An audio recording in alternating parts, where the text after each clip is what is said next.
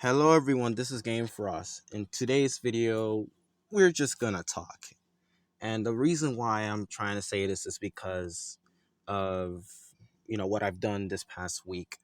So far, I should have posted a video on a Sunday. And I just didn't have the time for it because I had to focus on my studies, and that was successful. I mean, I've done very well. So that's out of there.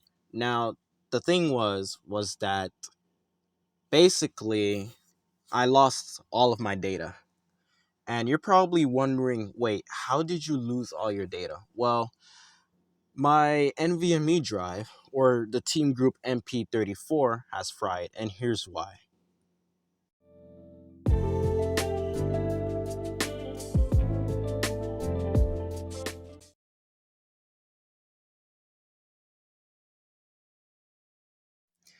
So basically, this happened very recently on a Tuesday of July, or presumably, of course, this week.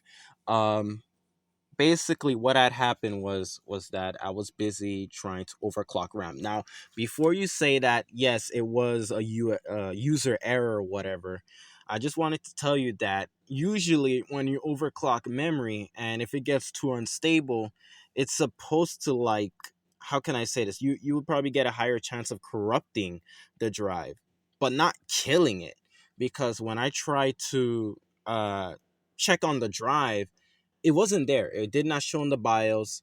I tried so many things, such as basically reverting the BIOS to defaults or even going back to the previous BIOS. I also tried to make a Windows installation to check to see if the NVMe drive was there, and it wasn't. So it was a really, really weird issue, to the point where I can't believe that this drive failed or maybe fried itself, because before I started doing the memory overclocking, I was actually stress testing the CPU for stability. And at the time, the area that I am at, or my room, basically was very, very hot. And you know how the summer is. Summer is extremely, extremely hot. And it just kind of occurred to me, like, how I was trying to find fixes. I was trying my best to at least recover something, or even recover the drive itself. But to no avail. I just couldn't get it back. And it really, really, really sucked to me. Um, I tried so many different things. I was checking to even see if the display port cable was an issue, because back then people would have issues with display port messing with their computer, something like phantom power or something like that. The 20th pin of the display port cable would mess things up. And at the time, I was using a display port to VGA adapter, because my monitor, despite it being a 1080p monitor, is basically a VGA monitor. There's no other inputs for this thing. So there's, like, or was it output? I don't know. But the thing was that I decided to go out and try and purchase some things to replace immediately, before I can continue off my PC. So the first thing I've done was I've gotten an HDMI to VGA adapter, and the others were basically a Samsung USB stick, and of course the WD Black SN770 NVMe. Now you're probably wondering, what are you using a Samsung USB stick for? Well, I'm using the stick for Windows to Go. And if you don't know what Windows to Go is, it's kind of like you install an operating system on a flash drive and you can work on it. So something like Ubuntu, for example, or any other Linux distro, you could basically boot it off a flash drive and work it from there. And I basically did this so that I wouldn't risk, breaking any other, drive or anything that has sensitive data. And I've used this as an operating system for stress tests, stability testing, and of course overclocking. And it did work fine. There was one instance in which I lost, or the data was corrupted on the drive, but I was able to retrieve some. And I just did a fresh install of Windows on that drive again, and everything was smooth sailing. So that's what the drive is used for, and so far it has come in handy. As for everything else, I don't know how I'm going to bring mostly everything back. It's gonna be really, really hard, and I don't know if I'm going to make videos for a little bit because I'm trying to bring everything back. But if I can, I will try my best to create some new content for you guys. And it really does suck to lose so much data. We're talking save games, we're talking documents, we're talking so many things. And I wouldn't wish this on anybody. And you have to be careful. If you're ever going to overclock, especially on the memory, know the risk. I was way too naive.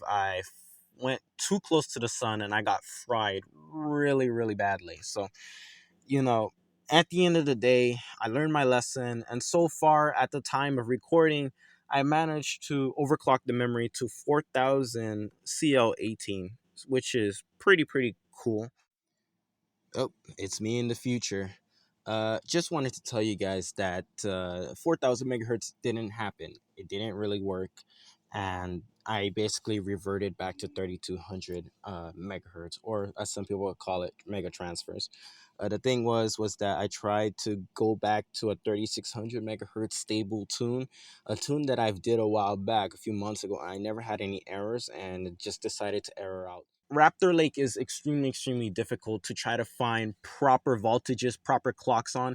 It's basically mostly trial and error, but if you're ever going to overclock your system, don't do it on your main operating system if you don't know what you're doing, basically. Because I went too overboard with it. I kind of like went to a lower timing, which basically caused it to basically break. And I was trying, like, I don't know how to describe this, but basically, like, I basically applied the timing and then it didn't work. So I reverted back, and all I see was just a white VGA light from the easy debug. So overall, it was a really weird experience to see that the the boot times were a lot longer. Like, we're talking like maybe 2 to 5 minutes to boot on the MP34. And this is not the first time this happened. I basically researched this online. Somebody actually had a similar issue where their MP34 drive was actually booting so slow. And it was really weird to me because, like, if an NVMe is dead and it's taking the system that long to boot, you know like, what could this signal, basically? Well, obviously a signal that the NVMe is dead. It's not the first time you see the display port cable issues as well, and people are reporting the same thing. So it's really weird um to try and figure out, but it's already too late. I have the MP34, here still, and I was thinking about doing a warranty, but I'm not entirely sure if I should fully do it. Um, but yeah, I won't let this happen again. And yeah, thank you guys so much for watching this video. If you want to leave a like or leave a support or anything like that, leave a comment. Any interesting things that happen, I'm fine with that. But yeah, I mean, it has been a tough week, especially for me. And especially with overclocking memory, I can't believe I'm still like going. I'm like, even after it breaks, I still gotta go. Keep going forward. But yeah, thank you guys so much for watching, and I'll see you on the next video.